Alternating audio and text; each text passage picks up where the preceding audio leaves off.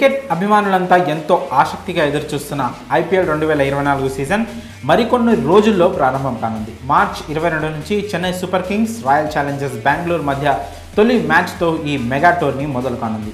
ఎప్పట్లాగే ఈ సీజన్ కోసం కూడా ప్రపంచవ్యాప్తంగా ఉన్న క్రికెట్ ఫ్యాన్స్ వేయి కళ్లతో వెయిటింగ్.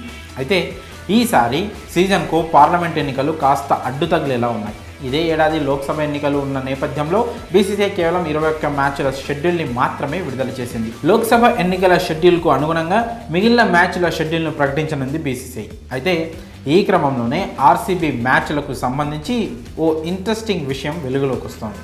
అదేంటో ఇప్పుడు చూద్దాం. ఐపీఎల్లో ఇప్పటి వరకు 16 సీజన్లు జరిగాయి. 2008 నుంచి 2023 వరకు జరిగిన సీజన్లో ఒక్కసారి కూడా కప్పు కొట్టని జీరో కప్స్ టీంలో ఆర్సీబీ కూడా ఒకటి. అయినా కూడా ఆ టీంకు భారీ ఫాలోయింగ్ ఉంది.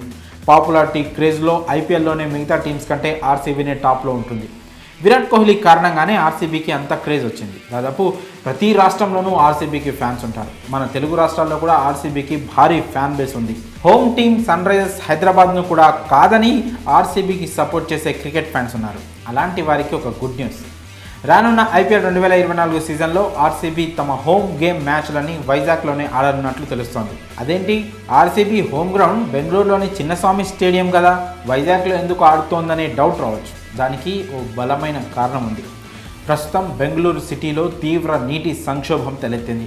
తాగునీటి కోసం ప్రజలు చాలా ఇబ్బందులు పడుతున్నారు. ఒక్కో ట్యాంకర్ని దాదాపు 2 నుంచి 3 వేల వరకు పెట్టి కొనుగోలు చేసి బిందెలు క్యాన్ల లెక్కన కూడా అమ్ముతున్నారు. ఈ నేటి ఎద్దడిని దృష్టిలో ఉంచుకొని బెంగళూరులోని చిన్నస్వామి స్టేడియంలో నిర్వహించే ఆర్సీబీ మ్యాచ్లను వైజాగ్ తరలించాలని కర్ణాటక క్రికెట్ అసోసియేషన్ భావిస్తున్నట్లు సమాచారం. అయితే ఈ విషయంపై ఇంకా ఎలాంటి అధికారిక సమాచారం లేదు.